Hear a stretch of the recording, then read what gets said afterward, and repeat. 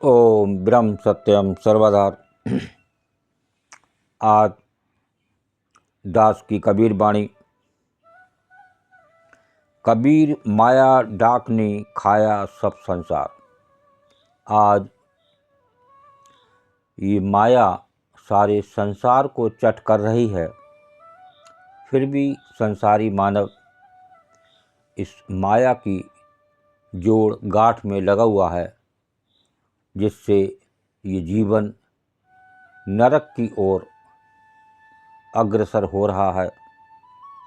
तो देखिए, संतों की वाणी में इसका इलाज होता है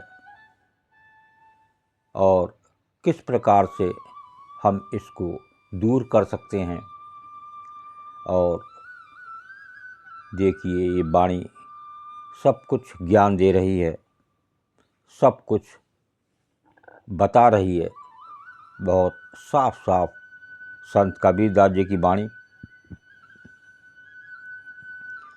कबीर माया डाकनी, कबीर माया डाकनी खाया सब संसार।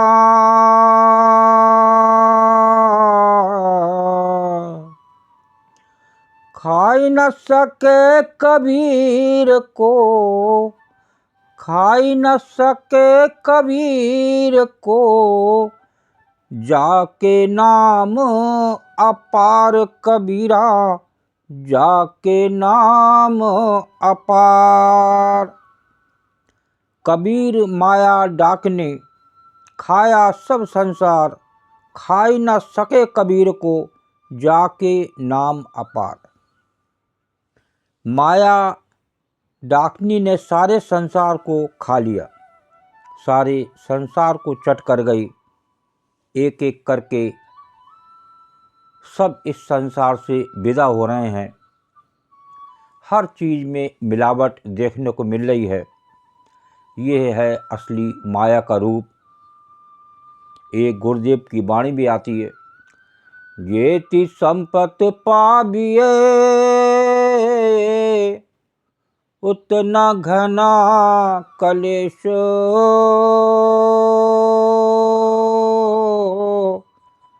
मन नहीं धीरज पकड़े, दुखिया रहत हमेशा। जितनी भी संपत आप पा लीजिए, जितनी भी माया इकट्ठी कर लीजिए, उतना ही कभी भी मन को धीरजता नहीं आ सकती। और धीरजता कहाँ आती है, ये संत कबीरदास जी की वाणी बता रही है कि माया डाकनी ने सारे संसार को खा लिया, अर्थात बस में कर लिया। केवल उसी एक को ना खा सकी जो प्रभु की शरण में था। जो प्रभु की शरण में था, माया उसको चट नहीं कर सकी, उसको छू नहीं सकी, काल उसको छू नहीं सकता। जो प्रभु की शरण में है, कितना ही बड़ा काल आ जाए, समय आ जाए, उसके पास से आके निकल जाएगा। कितनी ऐसी संसार में घटनाएं होती हैं, ट्रेनें की ट्रेनें गिर जाती हैं, बाढ़ आ जाती है, फिर भी जो प्रभु की शरण में होता है, उसको प्रभु अपनी गोद में ले लेते हैं और वो बच जाता है, क्योंकि वो उस संसार की मोह माया से दूर था और वो प्रभु की शरण में था। वही वाणी ये संदेश दे रही है। एक वाणी को और स्मरण करते हैं। माया चार प्रकार की, माया चार प्रकार की, एक बिल से एक खार। एक मिलाबे नाम को, एक मिलाबे नाम को, एक नरक ले जाए कबीरा, एक नरक ले जाए। अब आपको ही डिसीजन लेना है कि कौन सी माया आपको चाहिए, प्रभु को की तरफ ले जाने वाली या नरक की तरफ ले जाने वाली। ये बिल्कुल क्लियर वाणी संदेश दे रही है। माया चार प्रकार की, एक बिल से एक खाए, एक मिलावे नाम को एक नरक ले जाए। माया चार प्रकार की होती है, एक सुख देती है, दूसरी खा जाती है, तीसरी प्रभु से मिलाती है और चौथी नरक में ले जाती है। एक मिलावे नाम को एक नरक ले जाए।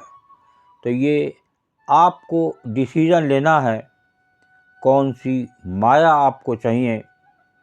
इस संसार में एक ही माया जो प्रभु से मिलाती है, उसी माया पे ध्यान रखें, तभी आप प्रभु की माया को जान सकेंगे। जो हर घट में प्रभु विराजमान है और ये शरीर चलते फिरते दिखाई दे रहे हैं, और प्रभु के उस आत्म तत्व के हटते ही ये एक मिट्टी का ढेर हो जाता है। तो कम से कम इस शरीर को चलाने वाला, जिससे आप इस संसारी माया इकट्ठी कर रहे हैं, तो कम से कम उस प्रभु से प्रेम करें, उसकी माया को जानें। सबसे बड़ी माया है उस प्रभु की जानने वाली। लेकिन हम इस टेम्परेरी माया को इकट्ठी कर करके इस संसार से बड़े दुख और निराश के साथ विदा हो रहे हैं। कुछ हासिल होने वाला नहीं, एक मन संतुष्ट नहीं होता, मन धीरजता नहीं देता। अभी आपने गुरुदेव की वाणी सुनी, जेती संपत पाविए उतना घना कलेश, मन नहीं धीरज पकड़े दुखिया रहत हमेश। जो नित्य संसारी माया को इकट्ठी करेगा वो दुखी ही रहेगा, उसे कभी मन में धीरजता नहीं आ सकती।